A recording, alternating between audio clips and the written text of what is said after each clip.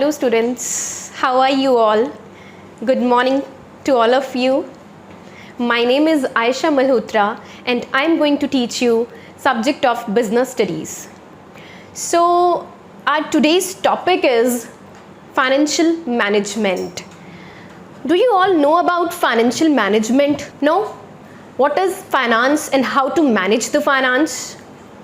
देखो बच्चों, आप लोग इतना तो जानते हो कि money is required in all the activities, है ना, टू मैनेज द ऑपरेशंस और to manage the household activities. आपके पेरेंट्स मनी को यूज़ कर रहे हैं अपने डे टू डे एक्सपेंसेस को पूरा करने के लिए and for future use. How they are managing everything, कैसे मैनेज कर रहे हैं और क्यों उनको मैनेजमेंट की रिक्वायरमेंट है, ऐसा क्यों? सैलरीज आ रही हैं, डे टू डे एक्सपेंसेस हो रहे हैं, तो वो मैनेज क्या करना है उनको? लेकिन सैलरी आएगी, सारी की सारी यूज़ हो जाएगी, क्या फ्यूचर यूज़ के लिए उनको कुछ नहीं चाहिए?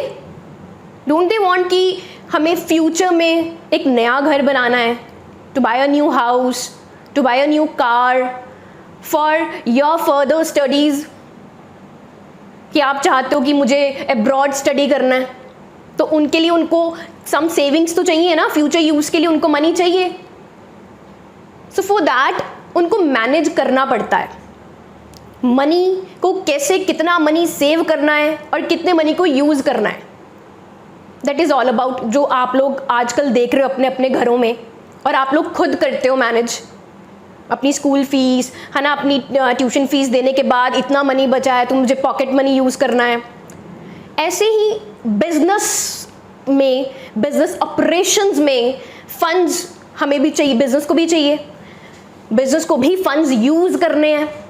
कहाँ यूज़ करने हैं? इन्वेस्टमेंट करनी है. क्यों इन्वेस्टमेंट करनी है? रिटर्न्स चाहिए.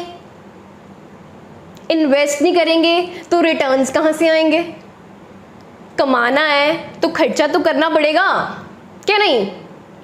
सो बिजनेस कैसे फंड्स को मैनेज कर रहा है और बिजनेस के पास फंड्स आता कहाँ से है, ये सब कुछ, कि बिजनेस के पास फंड्स कहाँ से आएगा, बिजनेस उसको कैसे मैनेज करेगा, उसके बाद सारा इन्वेस्ट करने के बाद जो अर्निंग्स आएंगी उसका बिजनेस क्या करेगा, ये सब हम पढ़ने वाले हैं in this chapter. Our chapter is financial management. So before proceeding further towards the topics of the financial management, I want to tell you the topics we need to be covered under this. कौन कौन से topics हम पढ़ने वाले हैं इस chapter में? सबसे पहले आपको ये पता होना चाहिए. हाँ जी, सबसे पहले हम इस चैप्टर में पढ़ने वाले हैं बिजनेस फाइनेंस के बारे में, कि बिजनेस फाइनेंस क्या होता है. Then financial management and its aspects. Third one, role of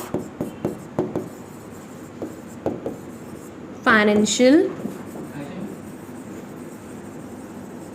management. So third point is role of financial management. Fourth one is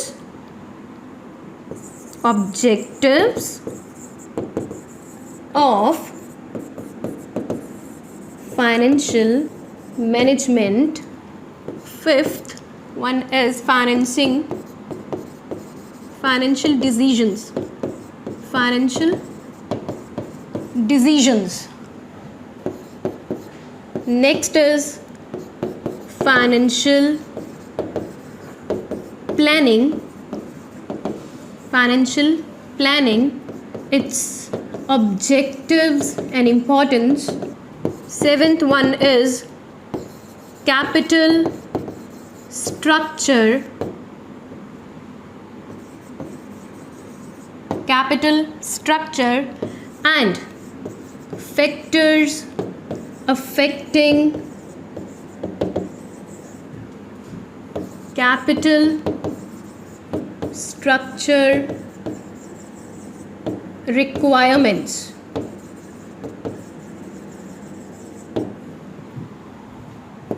Eighth one is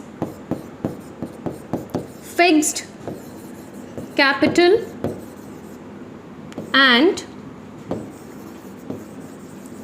factors affecting fixed capital requirements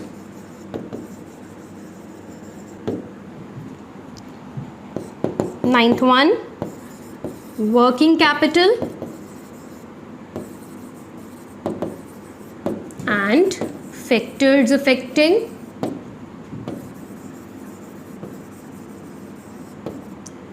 working capital requirements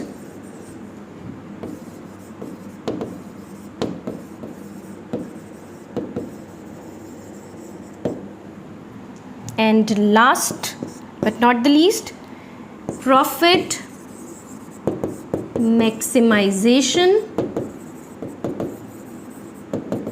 versus wealth maximization. So ये हैं the topics to be covered in this chapter, जो हम इस chapter में topics cover करने वाले हैं. First topic मैंने आपको क्या बताया, बिजनेस फाइनेंस. देखो बिजनेस फाइनेंस करने से पहले आपको ये मैं बता दूं और आपको पता भी है दैट हर एक बिजनेस ऑर्गेनाइजेशन, चाहे वो स्मॉल ऑर्गेनाइजेशन है चाहे वो लार्ज ऑर्गेनाइजेशन है, हर ऑर्गेनाइजेशन को फंड्स की रिक्वायरमेंट होती ही है. बिना फंड्स के कोई भी ऑर्गेनाइजेशन नहीं चलती है, चाहे वो बिग एंटरप्राइज है चाहे वो स्मॉल एंटरप्राइज है. अब आज के टाइम की बात करें, नाउ डेज फंड्स रिक्वायरमेंट और भी बहुत ज़्यादा हो गई है. Why? Because of mass production. बहुत ज़्यादा प्रोडक्शन हो रही है, पॉपुलेशन बढ़ रही है, रिक्वायरमेंट्स बढ़ रही है ना, मनी सर्कुलेशन ज़्यादा हो रही है, तो प्रोडक्शन भी तो बढ़ेगी ना. मास प्रोडक्शन हो रही है and most important capital intensive techniques का यूज़ किया जा रहा है. कैपिटल इंटेंसिव टेक्निक्स मीन्स हम बहुत हाईटेक मशीन्स यूज़ कर रहे हैं आज के टाइम पे, एडवांस टेक्नोलॉजी को यूज़ किया जा रहा है. अब मशीन्स यूज़ कर रहे हैं तो उसके लिए फंड्स तो चाहिए, बाय करनी है, देन आपको मशीन ओनली बाय करके रखनी तो नहीं है, उसके बाद उस मशीन की रिप्लेसमेंट की रिक्वायरमेंट भी हो सकती है, उसके लिए भी फंड्स चाहिए. उसको मैनेज करके रखना है भाई, ख़राब ना हो कभी, हमारी प्रोडक्शन ना रुक जाए. इन सब के लिए बिजनेस को क्या चाहिए? फंड्स. सो अब हम स्टार्ट करते हैं अपना first topic, that is business finance. Business finance क्या होता है? Finance is money requirement. Finance is money requirement. How much money is required to carry out business operations. आपको बिजनेस ऑपरेशंस को कैरी आउट करने के लिए, चलाने के लिए कितने पैसे की ज़रूरत है. अब बोलोगे कौन से बिजनेस ऑपरेशंस, हमें क्या चलाना है जिसके लिए मनी की ज़रूरत है? जैसे घर चलाने के लिए मनी की ज़रूरत है, क्या बिजनेस में एम्प्लॉयज़ को सैलरीज नहीं दी जाती? क्या बिजनेस में अगर आपकी ट्रेडिंग ऑर्गेनाइजेशन है, क्या गुड्स बाय नहीं किए जाते, गुड्स सेल नहीं किए जाते और रेंट नहीं पे किया जाता? हर एक ऑर्गेनाइजेशन में बहुत सी एक्टिविटीज़ हो रही हैं, बहुत सी ट्रांजैक्शंस को मूव करना है, तो उसके लिए आपको क्या चाहिए? फंड्स चाहिए कि नहीं? ओके, चलो ये तो हुआ कि आपको डे टू डे एक्टिविटीज़ के लिए फंड्स चाहिए. क्या बिजनेस को सिर्फ इसी के लिए फंड्स चाहिए? These are the working capital requirements ना, कि जो आपको डे टू डे एक्टिविटीज़ हैं आपकी हो रही हैं, डे टू डे एक्सपेंसेस आपके हो रहे हैं, उसके लिए आपको फंड्स चाहिए. अनदर वन इज बिजनेस को एसेट्स भी तो बाय करने होते हैं कि नहीं? एसेट्स बाय करने हैं, उसके लिए भी फंड्स चाहिए. That is fixed capital requirements. तो बिजनेस की फिक्स्ड कैपिटल रिक्वायरमेंट्स भी होती हैं, वर्किंग कैपिटल रिक्वायरमेंट्स भी होती हैं. ये सारी रिक्वायरमेंट्स को पूरा कैसे किया जाए वो सब हम पढ़ने वाले हैं आगे. सो बिजनेस फाइनेंस, आई होप आपको थोड़ा बहुत क्लियर हुआ हो कि हर बिजनेस को फंड्स की रिक्वायरमेंट है और हर बिजनेस की सक्सेस डिपेंड करती है कि how well they manage there funds. कितने अच्छे से वो अपने फंड्स को मैनेज करते हैं. पहले तो वो कैसे फंड्स को रेज कर रहे हैं, देन उसको कैसे मैनेज कर रहे हैं, उसी पे बिजनेस की सक्सेस डिपेंड करती है. ये मैंने आपको बता दिया कि बिजनेस फाइनेंस की रिक्वायरमेंट, नीड क्यों है डे टू डे एक्सपेंसेस के लिए, एसेट्स बाय करने के लिए. एसेट्स भी अगर मैं आप डिवाइड कर दूं तो टेंजिबल एसेट्स हैं, इनटेंजिबल एसेट्स हैं. यू वेरी वेल नो कि tangible, because you are in 12th class ना, if I am not wrong. आप 12th क्लास में हो तो आपको इतना पता होगा कि टेंजिबल इनटेंजिबल एसेट्स क्या होते हैं. ये भी आपको याद होना चाहिए. Like in 11th business studies chapter 7 sources of business finance, उसमें भी आपने कुछ कुछ इसके बारे में पढ़ा हुआ है. So our next topic is financial management. ये तो आपने जान लिया बिजनेस फाइनेंस क्या होता है, जान लिया ना. फाइनेंशियल मैनेजमेंट क्या है, फाइनेंस को मैनेज करना. फाइनेंशियल मैनेजमेंट किस चीज़ से कंसर्न किया जाए, फाइनेंस को मैनेज करना, कैसे मैनेज करना. देखो पहले एक अप्रोच होती थी फाइनेंशियल मैनेजमेंट की. क्या अप्रोच होती थी कि भाई फंड्स अरेंज कर लो, कहीं से भी क्या कर लो, फंड्स अरेंज कर लो. बस फंड्स अरेंज किया, उसको क्या करना है, कैसे लगाना है, कमाई हो रही है अच्छे से, नहीं हो रही, डजंट मैटर. फंड्स अरेंज हो गए, हमारा काम यहाँ पे खत्म फाइनेंशियल मैनेजमेंट का. लेकिन आज की अप्रोच क्या है, मॉडर्न अप्रोच क्या है. Not only mobilisation of funds, not only acquisition of funds कि फंड्स अरेंज कर लिए, along with that utilization of funds in an efficient manner.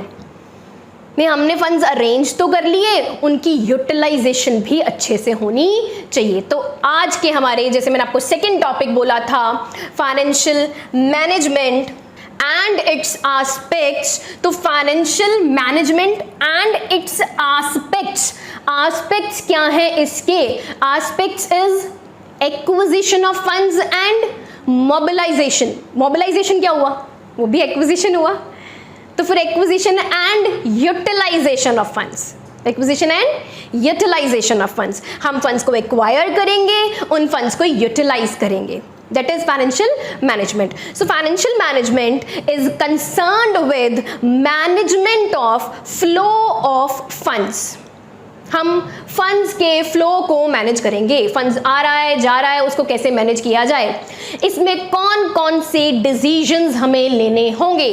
First one, procurement of funds. अभी मैंने आपको बताया प्रोक्योरमेंट ऑफ फंड्स. इसमें कौन सा डिसीजन लेना होगा, फाइनेंसिंग डिसीजन. फंड्स कहाँ से अरेंज किए जाएं, फाइनेंसिंग डिसीजन. ये हो गया procurement of funds. Second one is procurement के बाद investment of funds. Second one is investment of funds. Investment of funds में हमें कौन सा डिसीजन लेना होगा, investing decision. Second one is investing decision. And last में इन्वेस्ट कर दिया, रिटर्न्स आ गए, रिटर्न्स को डिस्ट्रीब्यूट कैसे करना है, दैट इज डिविडेंड डिसीजन. तो ये 3 डिसीजंस कवर हो जाते हैं फाइनेंशियल मैनेजमेंट के अंदर.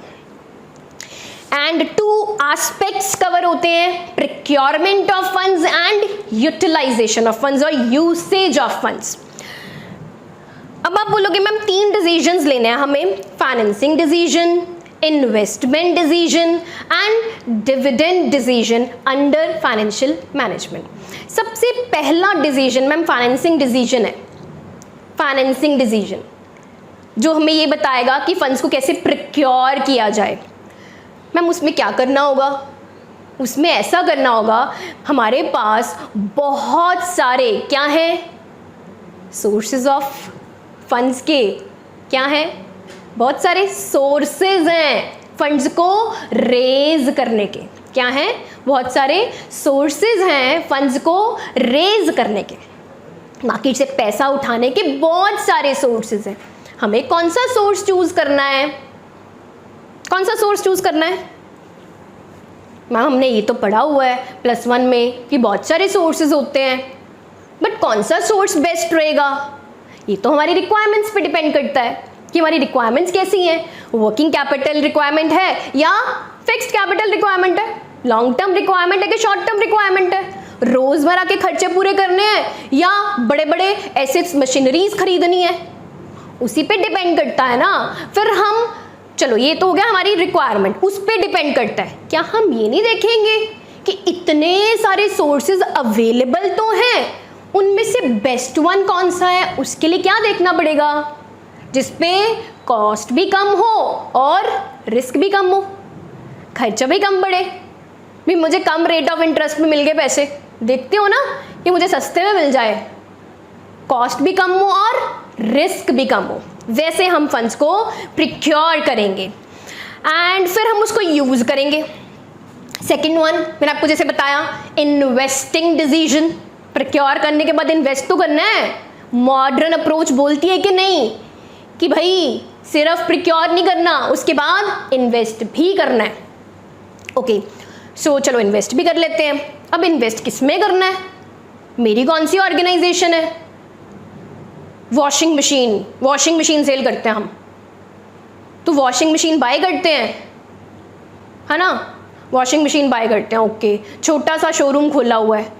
अब छोटा सा शोरूम खोला हुआ, उसका सेटअप होगा, उसमें भी बहुत कुछ चाहिए होता है कि नहीं, फर्नीचर। ओके, हाँ जी चाहिए। वॉशिंग मशीन भी खरीदनी है, बिल्कुल चाहिए। तो क्या करें? वॉशिंग मशीन खरीद लें?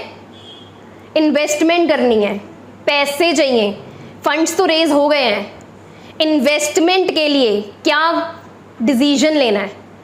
चलो वॉशिंग मशीन तो ले ली, अब कौन सी वॉशिंग मशीन सेल करनी चाहिए जो मार्केट में सबसे ज़्यादा बिके? मुझे क्या पता कौन सी सबसे ज़्यादा बिकने वाली है, पता है? नहीं।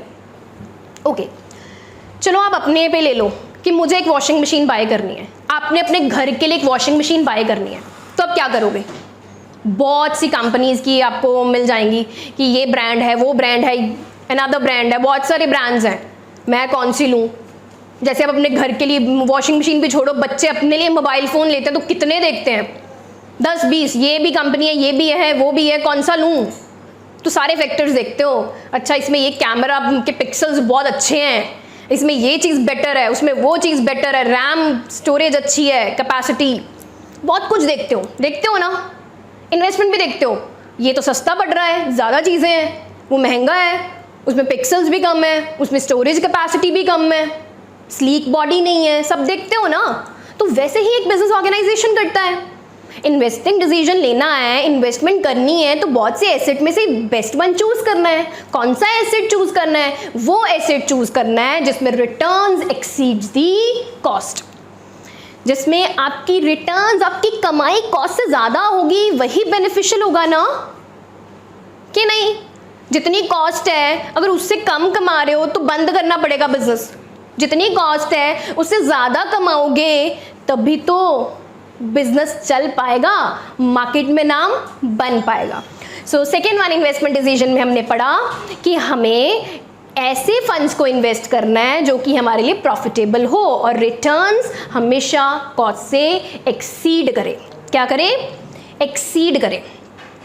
सो अगर हम इन दो एस्पेक्ट्स को समझ चुके हैं तो हम ये भी देख लेते हैं कि ये दो एस्पेक्ट्स हमारी कौन कौन से एम्स को अचीव करने में हेल्प करता है।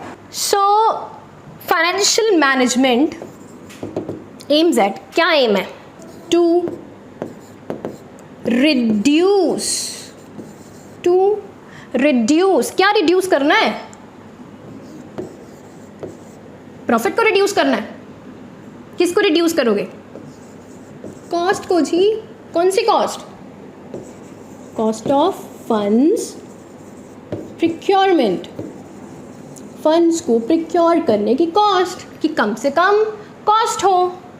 अच्छा जी, कर लिया रिड्यूस। और क्या रिड्यूस करना है? बस रिस्क को कंट्रोल में रखना है। क्या करना है?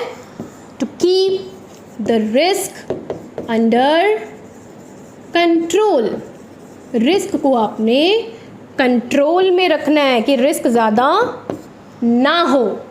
Okay, third one efficient investment, हमें एफिशिएंटली इन्वेस्ट करना है। किसको इन्वेस्ट करना है? फंड्स को इन्वेस्ट करना है। ये सारे एम है फाइनेंशियल मैनेजमेंट के। फाइनेंशियल मैनेजमेंट ये सब करने वाला है। फिर ये भी तो इंश्योर करना है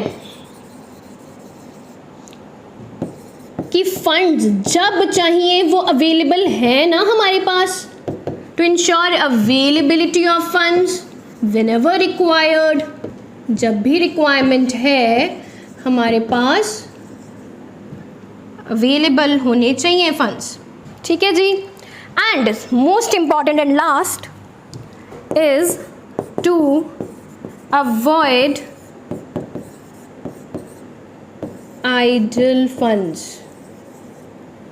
ये क्या मतलब हुआ कि फंड्स आइडल भी नहीं होने चाहिए। ऐसा क्यों? फंड आइडल पड़े रहेंगे मतलब ऐसे ही पड़े हैं, कोई यूज नहीं हो रहा, तो उसको क्या फायदा? कुछ कमा के तो दे नहीं रहा है वो, इससे अच्छा उसको इन्वेस्ट कर लो, कहीं बैंक में जमा करा दो, एफडी करा दो, इंटरेस्ट तो मिलेगा। तो ये भी ध्यान रखना है कि फंड्स आइडल नहीं होने चाहिए। ओके, सो यहाँ पे आपको इतना क्लियर हो जाता है कि हर बिजनेस की सक्सेस डिपेंड करती है उसकी फाइनेंशियल मैनेजमेंट की क्वालिटी पे, उसकी फाइनेंस को मैनेज करने की क्वालिटी। जितने अच्छे से आप फाइनेंस को मैनेज करोगे उतना अच्छा आपका बिजनेस रन करेगा, उतनी सक्सेस आपको बिजनेस में मिलेगी। So this is our second topic जो हमने अभी किया। फर्स्ट टॉपिक हमने बिजनेस फाइनेंस किया, second topic financial management and its aspects, and now our third topic is role of financial management, या आप बोल सकते हो इंपॉर्टेंस ऑफ फाइनेंशियल मैनेजमेंट। अब क्या रोल है फाइनेंशियल मैनेजमेंट का, क्या करती है ये, इसका हमारी बिजनेस ऑर्गेनाइजेशन में क्या रोल है? मैंने आपको बताया कि financial management is concerned with procurement of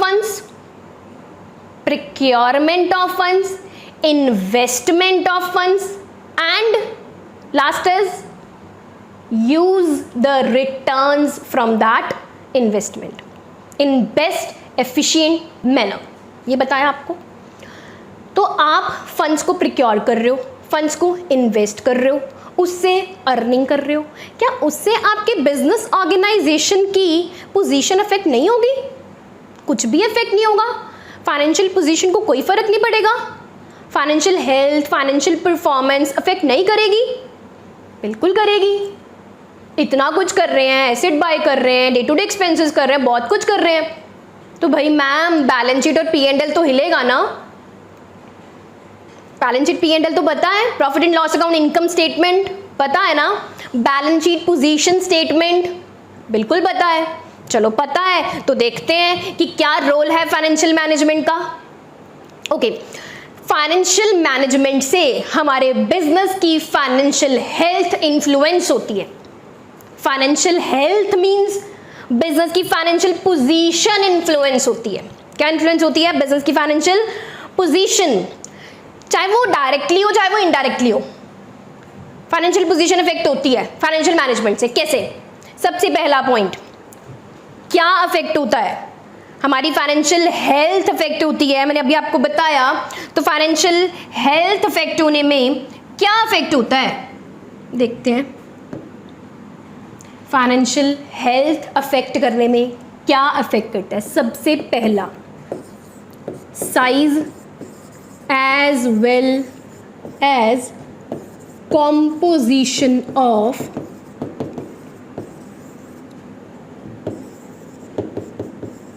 fixed assets। Ma'am ये क्या लिख दिया? फाइनेंशियल मैनेजमेंट का ये क्या रोल है? Size as well as composition of fixed assets. इतना भारी भरकम नहीं जी, बहुत इजी है। फंड्स को मैनेज कर रहे हो ना? ओके, फिक्स्ड एसेट्स की कॉम्पोजिशन कैसे चेंज हो जाएगी, उसका साइज कैसे चेंज हो जाएगा? फंड्स को एक्वायर किसके लिए किया था? मैम इन्वेस्ट करने के लिए।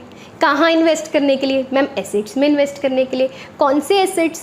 या तो मैम फिक्स्ड एसेट्स या करंट एसेट्स, है ना, या तो फिक्स्ड कैपिटल रिक्वायरमेंट या वर्किंग कैपिटल रिक्वायरमेंट, यही था ना।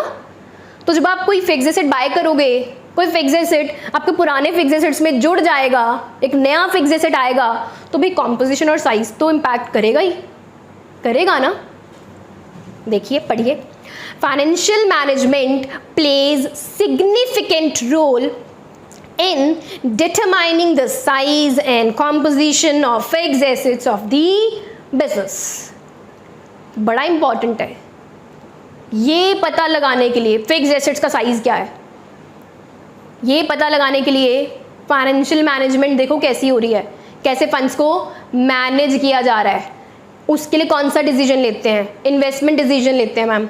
उसका दूसरा नाम कैपिटल बजटिंग डिसीजन, वो हम आगे जाके क्लियर करेंगे।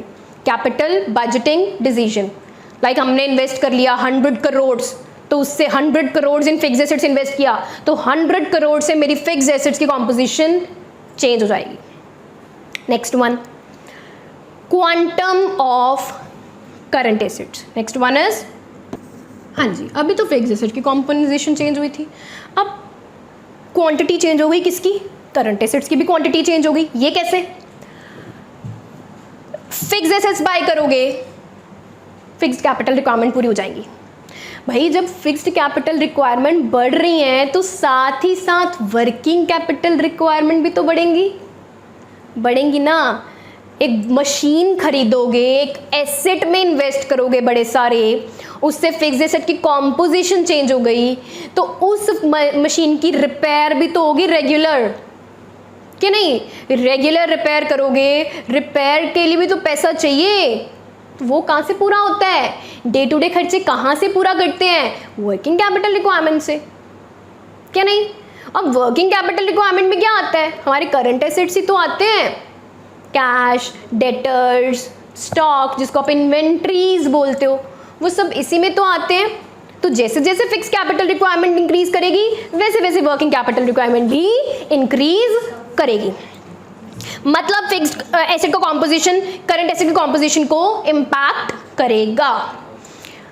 Quantum of current assets, it helps to determine amount of current assets as well as its breakup। हमें पता चल जाएगा टोटल करंट एसेट्स कितने हैं और उसको ब्रेकअप कर देंगे, इतना कैश, इतना इन्वेंट्रीज, इतने रिसीवेबल्स। रिसीवेबल्स मीन्स लोगों से जो पैसा लेना है, debtors and bills receivable. Okay, amount and composition of current assets depend on the level of investment in fixed assets। कहते हैं करंट एसेट्स का लेवल, करंट एसेट की क्वांटम किस पे डिपेंड करती है? अभी मैंने बताया फिक्स एसेट पे डिपेंड करती है, इन्वेंट्री मैनेजमेंट पे डिपेंड करती है, क्रेडिट पॉलिसी पे डिपेंड करती है। ओके, अच्छा क्रेडिट पॉलिसी समझते हो ना क्या है? क्रेडिट पॉलिसी हर ऑर्गेनाइजेशन की पॉलिसी होती है। मेरे डेटर्स हैं, मेरे देनदार हैं, उसका सर्कल कितना होना चाहिए, कितनी दिन में उनसे पेमेंट आनी ही चाहिए, 30 डेज में, 60 डेज में, 1 मंथ का, 2 मंथ का, कितना क्रेडिट पीरियड उनको अलाउ करना है, उसी पे हमारी कॉम्पोजिशन डिपेंड करती है। Okay, third one, amount of long term and short term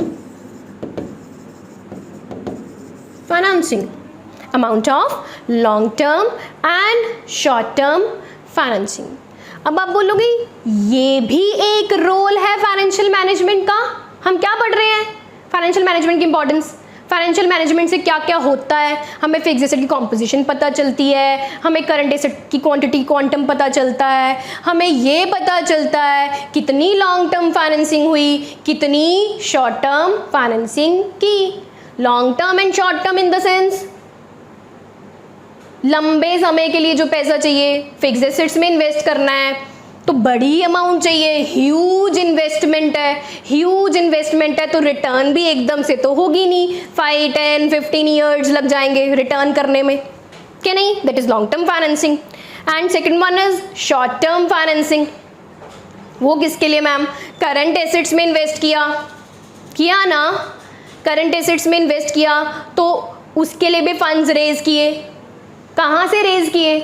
जैसे आप लोग बोलो कि मैम हमारे ना पेरेंट्स की 25th एनिवर्सरी है, 25th एनिवर्सरी, हमें थोड़ा सा ऑर्गेनाइज करना है, क्या करें?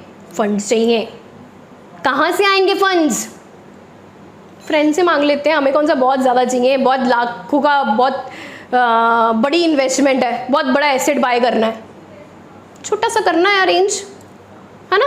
फ्रेंड से ले लेते हैं, रिलेटिव से ले लेते हैं, रिटर्न कर देंगे। That is your working capital requirement. थोड़ी सी छोटी सी रिक्वायरमेंट है, बड़ी रिक्वायरमेंट होती तो लॉन्ग टर्म फंड्स चाहिए होते उसके लिए। इसके लिए आपको क्या चाहिए? Short term funds. So financial management takes decision regarding the proportion of long and short term finance। बताता है कि कितना लॉन्ग टर्म फाइनेंस है और कितना शॉर्ट टर्म फाइनेंस है। An organization raises more on long term if they want to be more liquid। अगर आप चाहते हो कि लिक्विडिटी बनी रहे, मतलब कैश तो हमेशा रहे पास, तो उसके लिए आप क्या करोगे? आप ज़्यादा से ज़्यादा फंड्स रेज करोगे।